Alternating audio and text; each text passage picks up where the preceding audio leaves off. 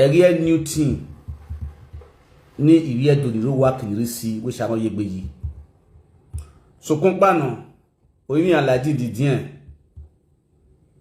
a wune egbe a wi agbe. Oyin ga igaro to ifin egbe e ogo si ogegbe no. Emi no mo bodo ya mi egbe ogi Sharon na ifin ogo si ki ori laude. Ndawe egbe mai mu diara egbe mari egbe ladian as egbe o si emi na la se Fernando ti egbe Okpamen o sunu o waria owo no nya pa atopa son no manya ya oya heku e video no afia omo gia yan waga e kriyan de sekriyan so woni ya total imam nya kaka bogugun be pe tu gina na egbo Okpamen o pe ran ma ko de Sharon bi o me vana nu wari le etian nu gba nu wari la tian. So guys, share this video. Let us talk. Because enough of all this nonsense. You see me, Umenwe, I stand for sincerity, truth. A very plain ground. You understand? Mama Sharon, no matter what Mama Sharon will do for the past, it's of the past. You know why I say it's of the past? Because Sharon, when you guys, you friends, think say that they defend, you know, one fight for, she's no longer alive. So let the living breathe. Let the dead sleep. That's number one. Oh, we are not saying bold. A man who is not bold enough, who is not proud enough of his girlfriend, as beautiful as Sharon, as pretty as Sharon. After all her education, after all the money her mother has spent on her, she ended up being going to Nigeria where they carry belly they come for man who don't get wife for us. For man who don't get wife for us. Okpamen na wune no go no biene. Mona sit down. Not there for those man nonsense. Now, at the end of the day, a man is not bold. He's not bold to bring out Sharon categorically saying that my girlfriend with this one or that my side chick with this one. Sharon not ugly rich like that. All this while Sharon has been giving birth. The same last week will make Sharon lost in life now. The man they see they hide them. They don't want to show the man. The man don't want bold enough. He has never bold enough to post a picture on Facebook. Because he get on that way for us. They do a hickey, hangy, hampa, hangy, yeah, well, now Sharon is dead. Even at her death, this man not still bold. Post Sharon, give her RIP for his platform. This man not still bold. Come out, speak to the public. Even at his death, say you marry another woman for us. The one where they born for you for us, I don't buy now. You not feel bold as a man. Come out. Then they hide you. Then they log you out of Facebook. And I think say we the Benins, we are stupid. And I think say we are stupid. Now, Okpamen family, you do respect. Egbenoma, ewahun. Egbeno ni gbe ewahun. You solo boy yin wa. Wala den odogun. Wadoga magun penu wa mo ya he wi wa e. Awu egba we agbe. Now, Ovi Okpamen is not a quiet woman. Let me let you guys understand one thing. For those of you that are running for Facebook, not learning social media, we are done with her. Ovi Okpamen live all her life on social media. She's an entertainer. You cannot take her away from social media. There is no way. Like social media because a social media no ya right.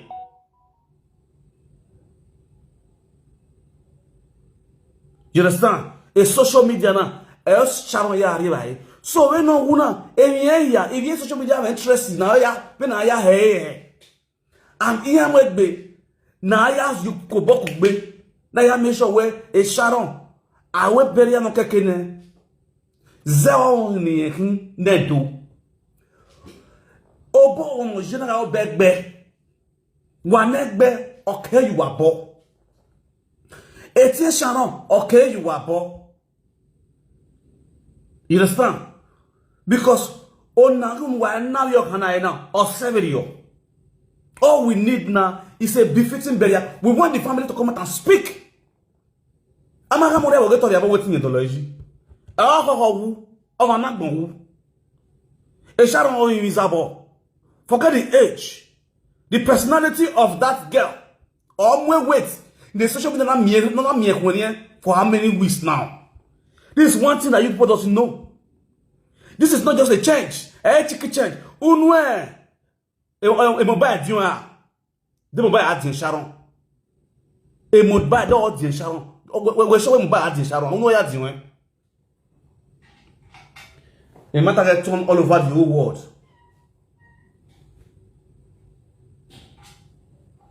Good afternoon, my beautiful daughter. I greet you. Ciao. Ciao. So now, Okpamen. You saw why you were. While at the total power video. Do a man who we presenter on social media. Wa my phone dagbe. Wa ni bu, wa my phone. Wa my phone dagbe.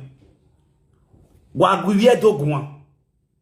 I can't know remana ogiye Sharon.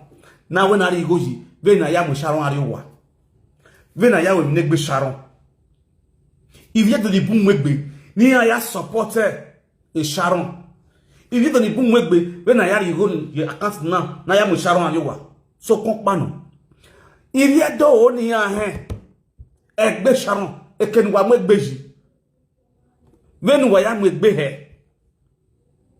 Nagele ya we negbe Sharon. Akemi agi mani ye do yo bobai. All do you run in. It will be a massive one. E mani buni guare social media ni taleta to social media na ma egbe Sharon. Osevion e makine Sharon. Zero na uneru, o na uneru a uneru. Ipe mo pasa no kweko. Eke akpolo kan ma woro igbu no manya. E Sharon ya ahia we negbe zeri lele bi na weredu. Iye yan ti areba, iye no tawa. Ori mare we bu. E iye yaro we Sharon bedene. No make na gba ogogun ni. Oba oko, iye ga ye dele go Sharon, e go Sharon e picture Sharon begbeke. Tori di gbeko e. Tori di gbeko e. Oke ka mi ke muda. Oba go pa dia e na we bokin. Dadu ga dadoga gi.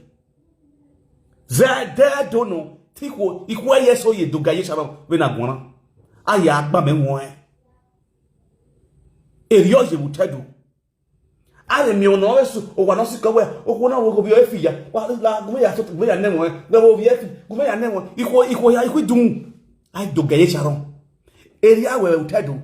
So kumpa na we bo na yina. Gugwe ga gba mi die no. Eri asu ndo we wo na no mo se wo wa na ogu bu ere. O give another jack we e ku no pa ladian. No ya ladian mo fo ni video we. E wo set ko gbale gbeare. Na go opinion ro.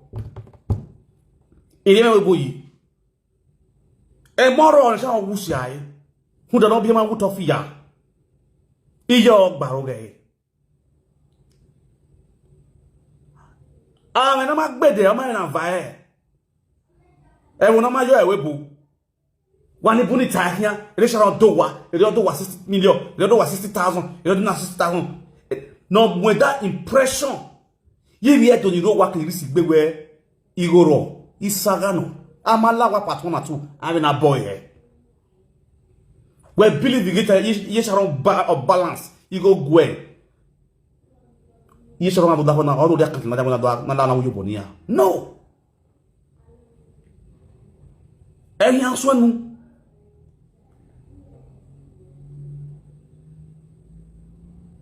Ununa gbenyari ama. Or social media. Na yari ya kwoni niwa. Na ya sio balo yogi ya ekbe. Ono wiye dafiya.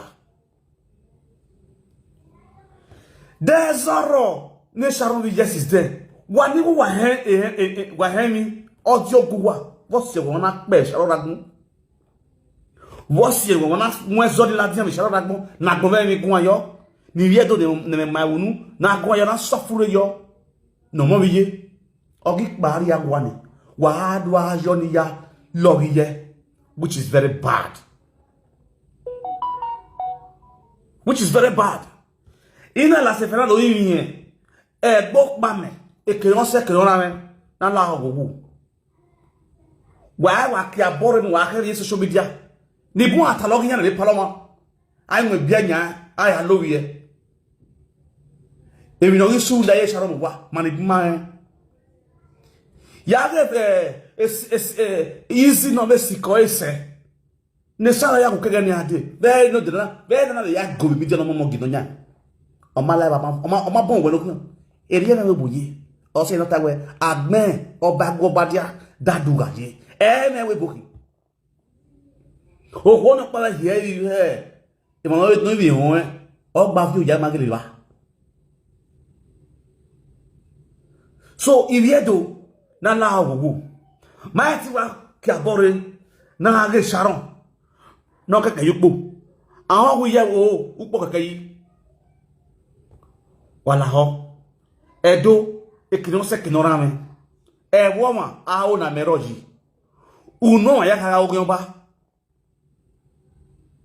wagimamu yoyo wa na ya we negbe Sharon wogino ma edo we no gba no na agara eteno mane eso we ladian nyando akanta wan which is very bad. Now what breaking news on a year breaking news news ya gogwa no we are this thing. News ya gogwa de Sharon. News you don't have break. All we need now is how to support the family. Otie Sharon Okpamen ya we atiwe. Dare on the normal ground no Otie Sharon no dion. Imena odion wa eva anaga me wo odion you supposed to stand by your mother ahon we by now who total we video the same video the first na Peter who no see Sharon when on ya we video ladian ya cat ladian do ya yin agbon yin do now we your body ye Sharon na ya me gba ti mo Sharon adiowa you as a brother you are supposed to do that. Madagale isamagose. Abo senyo ose ne rien no dole ga Sharon ne Sharon ga hati ose. Abe rien no rowa. E rien no rode. Ne Sharon viole ga gbe no ga hati ose. No ya we against your own family. My brother, amaka mo ya wo to ya bo wetin yin doloji. O enyo jano we ven we digba se. Omo aye kama nu hiawo omo aka ma no ku kian nu onu ye ma ko bo we ana mi ewu were webu omo na ka bo nu ku kian we onu ba wo mo nu wa ya ge be nu emo so ho ai very megwana I me legs libia you zegbo zode ya la webu igi la webu le na so agba o ra mi mama fe begbe igi la webu ne o we ra mi na tete boko haram nene mudo ni ma yemu e ha e plaki ma yagbe mudo akeme yeti do la webu ina ya here you see me I not see you understand era e mari ma jisuku mo to bo gbina le gbe mo to so sponsor egbe me ke ogun mo jani ga aye ama who we ni je mu ati e we the platter of gold you don't have respect for your mother o adam e he gaga Ejwa mana wewe ehia mu wele gbosto deni omu we tile ho ade lori ebe yo obonu ya anu na webo beni megona memebe beni megwebona memebe na webo mema mije no ebe ibo webo ima mije no gyo de ma wewe kena na nwina ima mije no ni ari mo de ni ari questora ni ari obo yo to mo to mo gbina ne be igbina ni yeye na Igbinani eme yena. And when I mean you know more like we pay you up, and you don't have respect for your mother. My brother is asiye the era Emma be. Go and think twice. Kakaboya o neck boy. Udego hela ni mauna. 5 minutes enjoyment no. We have be collected the way I come down. We have be collected. Tell the way I come down.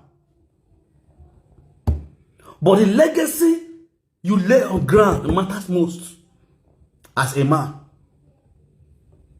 I will not be another. All you carry, all you go on at the meeting away, giving a here hell. If you do want to was supporting it, we are here support.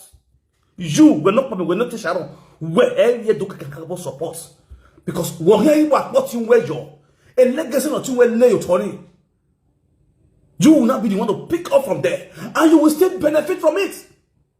If you stand your ground well, if you are sincere and you are polite, you will benefit from it big time. Because one or two where you're turning. Yeah, she has already created names. That popularity, she's already created. It's for you to stand and benefit from it and pick up from her. Common sense is not common. Every day I see a winner there, amigo. Then I say a truck pusher. Oh, me go se botar.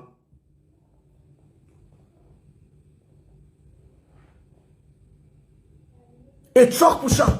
Oh, me go se botar.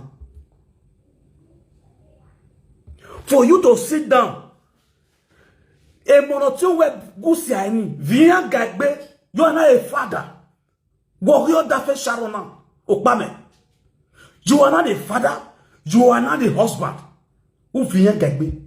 My funny gagbe. Umarwa okay. Oh, we are okay.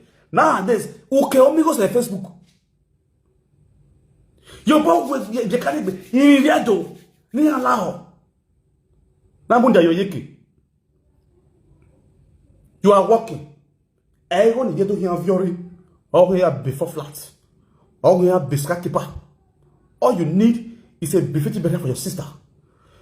When a woman when Yahweh, let it be so. Stand with it. They don't know house. Umana via or your wa. They'll say, man, I don't go to that country, man. That country is fucking hot, nigga. You know what I'm saying? I don't go to that country, man. It's too hot, man. I don't like that country, man. It's noisy, man. But when you start taking them home right from child now, they will be used to home. They will be used to home.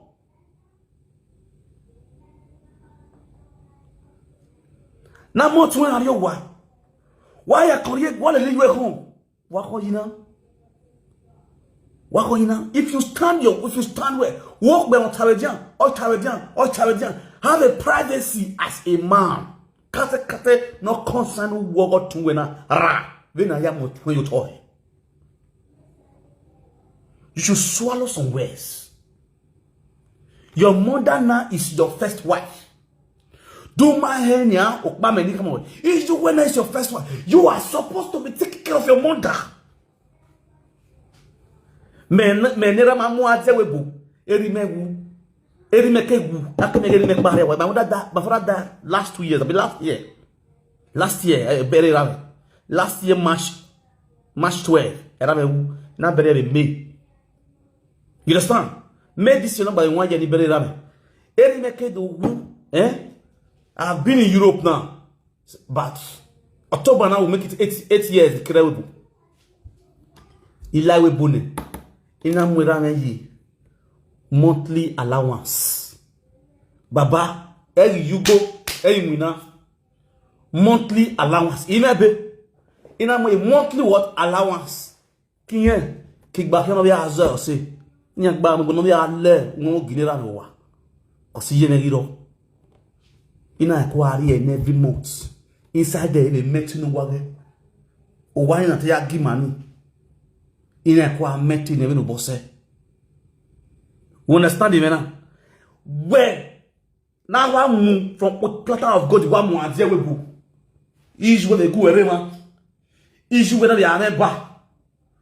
Do we not get the money when we now where every month you go to get as O monogele ma genkiye. Even ya support ki when ahu. We are working. Ijwe is not your wife. She is not assassin wife. She is not your wife. When you go there, we are king na de yen lego wene.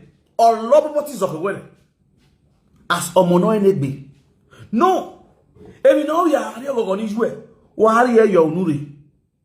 When you wa yes sosioni. We no wa yes sogo gbe ya ye pokopoko me na ikon ho. We no ma ga gwo yi. No wa fi pia. Eri weja.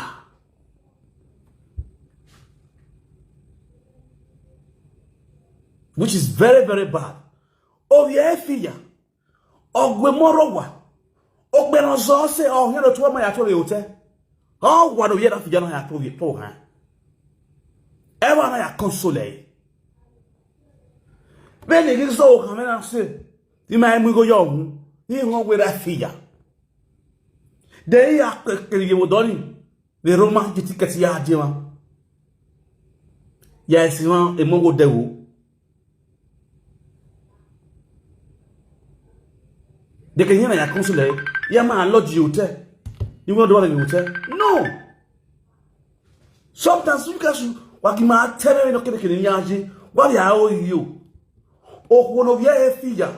Why see Levedian? See Levedian? See Levedian? Why then you must sympathy? Why you must sympathy? No matter you know what I will for the now. Let peace reign. Let her have. That do you know be after we better for egbe oko ni ifuro egbe wa get do sile wa get do be after mo we you turn every day ni o yo wa ni bure Nigeria no we we bo no ke Nigeria send go give we bo the UK no matter okay wa ni bure Nigeria no we are on the UK no ro what the UK why the ke Nigeria send go give on the UK no ro what waro wa yo ni ama we no mo ke wa je we bo kin ko gere we bo wa wo no ye ya koke owo ba nu we ri ye school okwikware una le yigo mu ade we bo orisa we bo ipe ya bu me we bo o ma me no we ko ne ona pari Nigeria oya ale lo pe an ko wo ya sini kia ebe nu we ri yo bo no oya anwu ina le we bo o de ticket ori Nigeria oya nwe kore o mu gugu we ba ko ke ye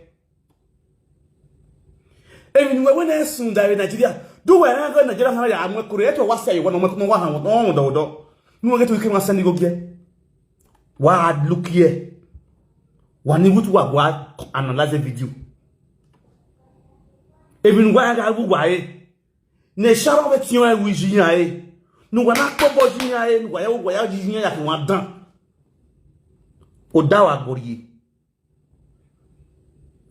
ai we Sharon pa ya wa ne beto ze e bi no sunu so no e Sharon si ya o to e Sharon si ya be na Sharon mo sese o ma mi o pe are mu no mu go yo hun amare mi emu ma no mu go yo hun at the end of the day what do end na what do end de to pe no re wa na e Sharon biena be na Sharon restaurant to ni all da fun agbo are wa yedu all da fun ga agbo are wa oh okay meti me phone we mana heavy the next day the ticket na adima the next day ma wa just with na we mana egbe to na didn't tell me so wa go le be di o mana go na okay the next day me go early morning ire mana ne velo ya tegeve ria so shade da e mi me fo wa mi ma shopping aje na Mama kiri nyame gila ni mama ya foni shema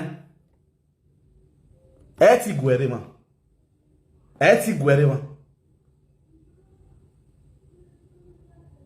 wai ki ko bo bori Nigeria ya maku o pe na me ko le Sharon ya otuta yiwo gwa iye Sharon yo ga gwa po bo ne no re gbele yi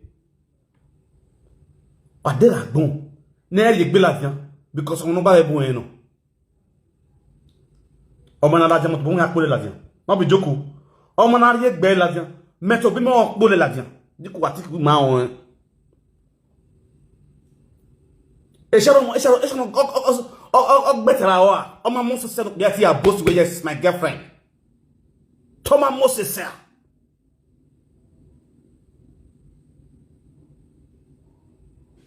Te Sharon mo se se. Abite te mi ro egbe ene nwene kebe. Ebi ya rokbe ya gwala no pe golo igboku. E Sharon won. Why hiding her? Oragun awoke talema amweno pe ale okodo abiele obu obe pari awane. Is it not the man right to come out and talk? I tell you no woman over ma atale ya yo egbe. There's some man go yo. Many of you guys not looking into this aspect. Which mother will be happy over that? Which mother will be happy where you zero not or zero no you zero not or money or more work back can you me? No you see, no make nama or back ko suffer. You just not here car. E car you you just not so many ko ga ka ogida. Akara depot the ogida. Obsession no bia. No bo wa ye kele trod. Ye kele trod na memo wa ye kele trod. I want to be Gusma Rotier. This woman suffer, here can wake up the lower do the okay, I to the liable. Nemo make Namie, near making Namie da. Sister Labo, if you see more in 10 years, we bow away.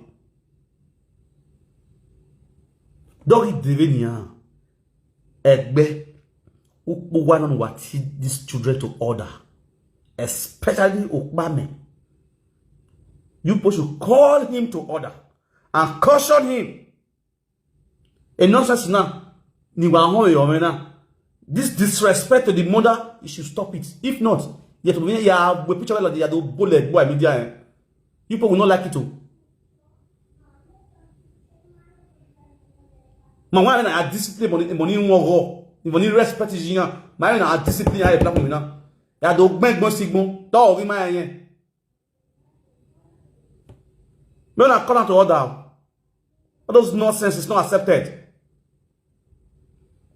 Don't mind why you see. You should go and learn new thing.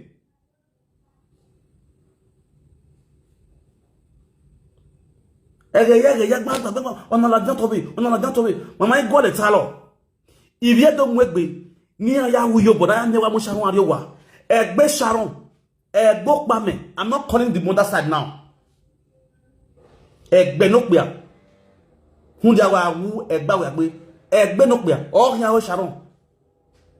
The family of the Sharon, the man side. Ige Sharon Yahu Sharon. The one that I talk that's all. That place should be built. Sharon is not just any person. She's a celebrity, which the world does know her, and should be respected. The parents should also be respected, and yet those are ready to support. But all those nonsense should have to be stopped. Let's think of how to do the needful. On how to do the needful. I want to also use this minute to beg all the adults all over the world. I want to beg you all. Can you come in one home? Keso angui lo la ho or your boy agui ho wa ka yo yon. Eri ma gbona waje. Oyin ga is yo tone e yoji. Wala awo yo so gba imi gba gbe no kuno no mu egbe no ya support e Sharon e na ya o ni gbe ehe. E support of Sharon oge dokpa. E oge dokpa want no keke di do he. Iyo bonu wa hia o ne Sharon e oge dokpa e ori 1 million ye count in Sharon, ori 500 ori 200 naira ye count in Sharon. That's not the end of Iyobo. Iyobo ye bunu wa o ne Sharon. After now e mo na ye le nwa. Miya ye di Iyobo wa. In all ramifications of life, both for advice, financially, in anything. No one why if you shall not me. I had if you shall not Iyobo, you know. So Iyobo ni Iyobo dokba. So why where Iyobo wa una if ye wa na if ye wa na a Sharon, the love The Sharon showed that if you do not show that the entertainment. Mahunda hinia okbiawoku na lao na kugbe. Forget the fact makagbele guma makawesa ga ogun agbera gbogbo ya we ni agbera ne, but that's not why we are here. The major partner is that we lost a lovely sister. We love a lovely sister, a beautiful lovely sister. Ni Mayahio, no Vere, Nollywood. You understand?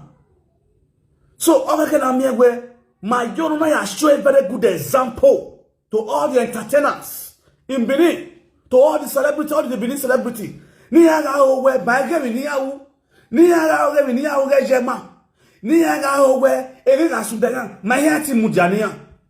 We have done it before. We can also do it again. We can also do it again and again and again, no matter what. I can remember vividly. Okay, yeah. Okay, me when I robo sasunu. All the adults all over the world, we raise up immediately. Now you make your was yagbo. And say kudos to all the adults all over the world. Now, it should be better than amicably. I know what my adult can do. But I do a saga on our way and support and I do a saga and no see if you don't withdraw. All Muhan give you the way. I gotta do a night here while I hope. While Lily. When all see another account now you want. You can easily send this account here. Put anything in your mind. If you want to send to anybody, you feel like sending the receipt to send it to the person on WhatsApp. You understand? A lot of people have been sending me receipts. Imagine when you have a live video. Kaka wa me wa ya wa wese, wa ya no be donate to your wa wese. Come back come when donate to your Allah go that wa me. Then we are need your bo wa me no mu then wa. It's the truth. Wala wo. You so boy we wa ye do ya fefe no mo no wimu zeri ni atalo media. E no ma kan ni atalo media. I am you one of that where oh yeah go we egwu a. Ije Sharon, oh wa je, a conference ije Sharon ye phone. O ma call presenter. When me na the day ni Sharon go. E me ti o ma. O wa ya wo gumi wa mu je bae. Doga ati gun. Ona mu ye call with me. Ina atwo. That was how yeah no be Sharon. Ina atwo. Na so anota. Ogun na Okpamen soon. You know that first day in our post. I raised the issue of okay, let me see how we can raise funds to support this woman. Then I called the mother. The mother could not even speak. You understand? President do one thing. If you call president say what's that? Also that way. Iya kan ye mani bro. Iya ati wa recording because iya record one ya live video. Yen wa mata iya ya tale ya. Eso I record one. Iya fie we here. E record na record me. E man e president de bu edit e. E no matter ya mo you we. Iya edit e. Ya me phone obere. A me phone ya record we. Aga gbo pause. I record with this phone. E can talk once ni. Iya gbo you we. Ya go pause. I book a video anyway we live video so far ya fie mu I don't buy. They can't do it. Editing no. So please, why now? No, radio talk. Because I wonder how she go to feel by now. Everywhere back. And no give we worry that you're not or why do I tell the rubbish? Easy or more you. Who are going to platform no give? Why I tell you now we say Sharon a platform no give. Then you got to the no give platform. Who are think go where boy you with Sharon na ka mo itone. Edegi gbe uriton mo gidogi. Ugiri tsomo no gidogi na una tie nogi, una so agwe nogi go. Una do talo my nogi. Even we ate tabe live video na eja. Una talo be degbe de ugiri tsono mo no guwe dem because among guwe uma no guwa. Ugiri mo giyene, una so talo my nogi. I believe the nogi ya so guwa no dia na. Ye Sharon Okpamen ya wane. Odeba ye na dia. Odeba ye na dia. Isi omoru yiwe nota. Kuwe ki yiwe. Whatever I was say, Osolobo na gima zose negia. Osolobo no sebe ogana ndagi ma le. Osebu na mi nagmo. Ami osedi pogui, ami osedi oga. Osedi oga ari ekwa ege le jobono je. Sharon ga iziga ki ne Sharon. Osele oga e oga na me wose e Sharon of Jele gagbe o ma pogui wose bosege oga pogui wose Sharon ame o si ona mi egwe na enwe Sharon na kinge move on go social media aneru na je won di na ba ma oge o no sunu the social media no sunu da Sharon medele na abo se na wo si kan ga gun na po ya iyayi This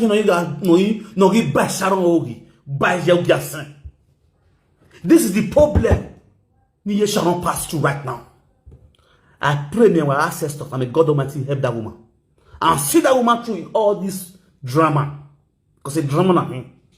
Or I see her for anything. Or say. Yes, I don't even know this is an history. A great actress in Benin. What will not soon die? Then I get Jiro Virginia. How Gary Azere. Il a se fait naïf bien une coup. Il n'y a un boy à faire faire de nous voir que nous ici. Que non sait que nous ramène. Voilà où. Or your boy will call. Koko no giru wa man. Kemi ye Sharon riu. Ni a ye Sharon wo. Ni a ko ma gba wo mo wala ho. Ah wo mo dan pe gbe. Kemi ye Sharon riu wa e no fun wa orion. O se ri yan wa ya fe no mo Sharon no ma. Or your boy will call. Or your boy will call. Wala ho. O ti mano. Ovi mano. Iji mano. Wala ho wo wo. Or your boy will call.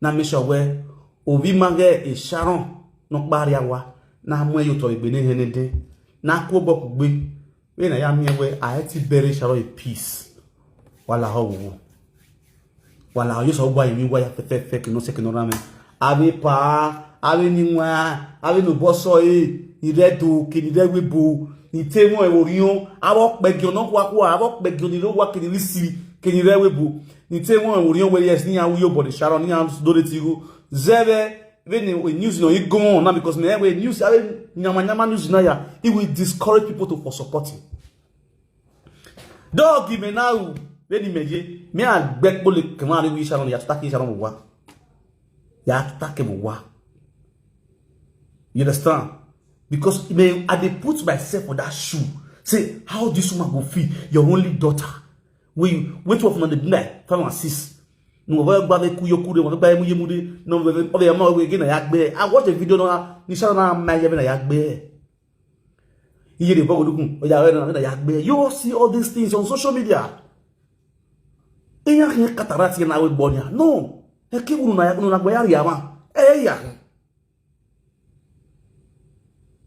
ya hin wala wo you so ba yin yedo ya fe ke no se ke no na me la gbe Okpamen e ke no se ke no na me ikakabo yiwa imwebuto ya yiwa wala ho wado gwi edogun wale we video no wa ya yedo ni yan lao ni yan yobo obo pa gba yeke oyin na oke bo yano e Sharon oyin sabo oyin edo yano because obi edo yano obi edo ya e Sharon o ga run pa awon pa bi omo o si e mo na ma pa ejo na ya make sure we ma kami wie do ya we gave ma order ne do ni Sharon wala ha wo yo so gba yin wa o pe no ko no email kemi or platform any social media handles we wa be ti ya promote account na ya di hoye account na ya make sure wa mu ajowa and the day na be mu ajowa we all was group we also be announcing it we get na gi mu re wa o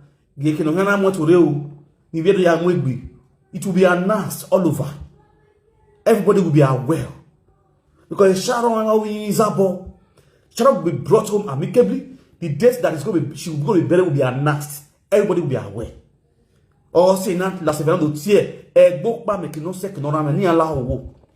least give us a little information about you guys' preparation, what you guys are preparing, how you want it to be, the little we can also do from our own.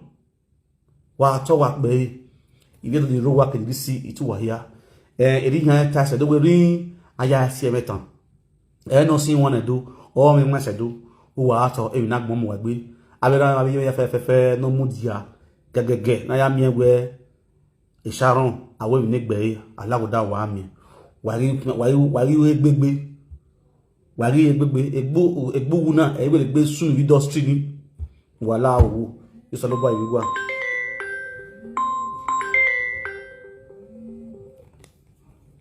Hello? Yeah. Yeah, good afternoon. What's up? Yeah, I did that video. Okay. Because me, it be like say I lost. Both more that's both carry me come out. Easy. Now I be the person where they take care of the picky before where Sharon take by. I think say Sharon easy. If they support they support Mama Sharon.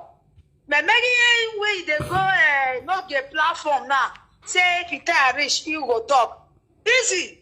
If you don't know who they talk to you, so I don't feel call you before. Moreover, not feel talk bad thing. Now my godfather, now I did live video. So now if daughter they talk, you don't know me well. I introduce myself for you where I call you for indoor. My dear, if they don't bury Sharon, come talk with you want talk. If you want beat Mama Sharon, come talk up. And you remember say, since why I take grow like this, I don't know what it like KK.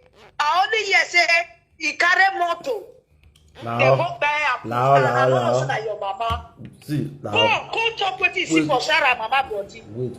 No worry, leave on. Come talk up. We dey wait for you. No wala. What's it? Don't mapa. Ila wala Mama igual isaga. You understand? Yes, so why you wa. I will make a presenter.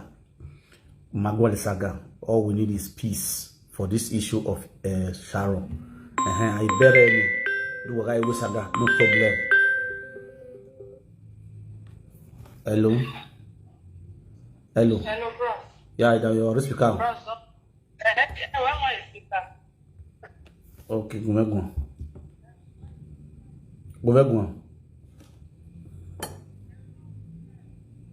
Ere speaker gumegun, ere speaker.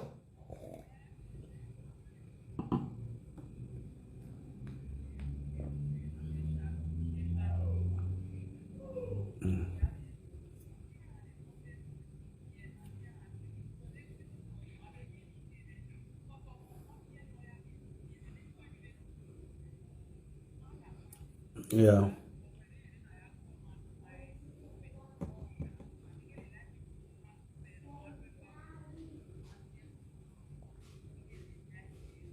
Where's it?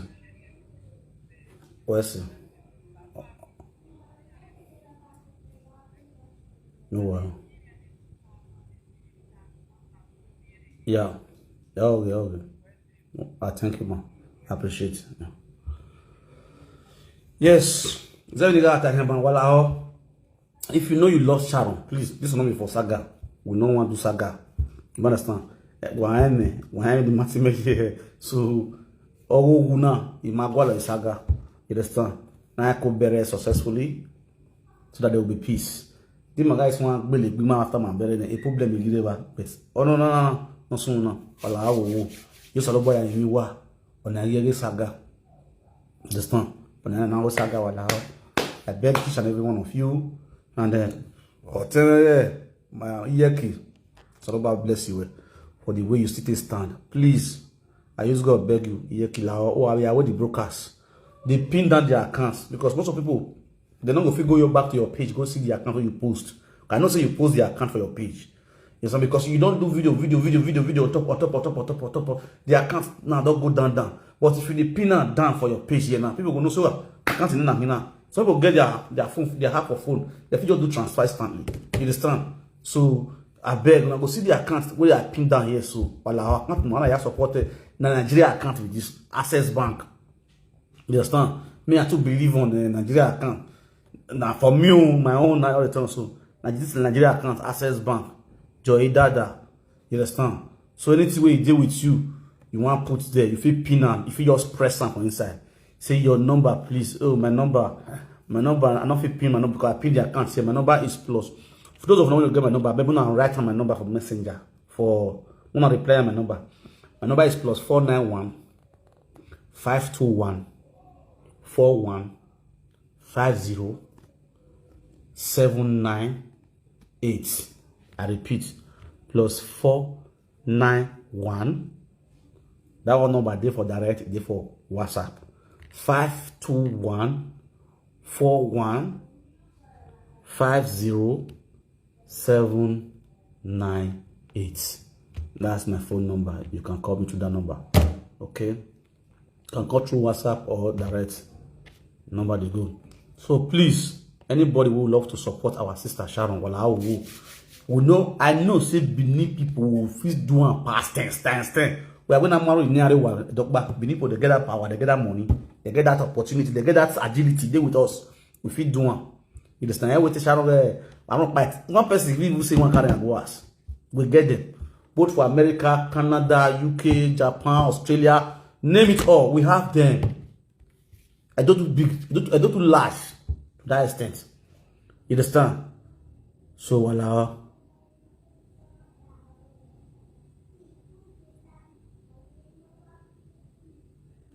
Okay, Rita Joseph. He say you use Sharon, exchange your debts. You are going to meet Sharon very soon. You're very funny. Me not fact by now. You don't know say me not fact die before. I died 2 times. I don't fact die. You don't know. Oh God, be small picking. Off way. We don't worry you. Where we are like nothing. Rita Joseph. Who we are like boasting very soon. Off way.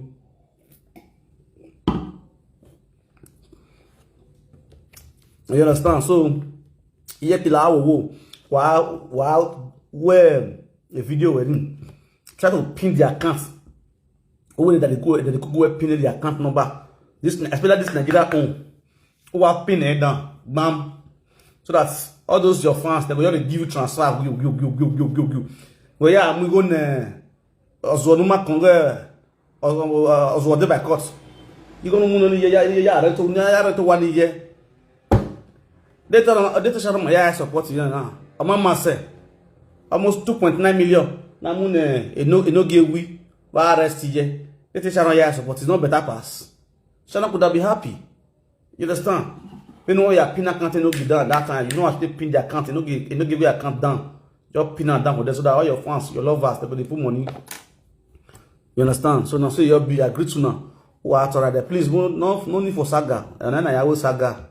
I'll say another way now because all this saga of it is a distraction. Distraction, again. So I don't want to go here, man. Where the very go your account in your put work, you go to the video, voyo. Why can't I go? I can't. I'm no master. I'm going to go. Lagoda, meow. I'm going to leave you guys now, and I will see you guys later. Now, bye bye for now.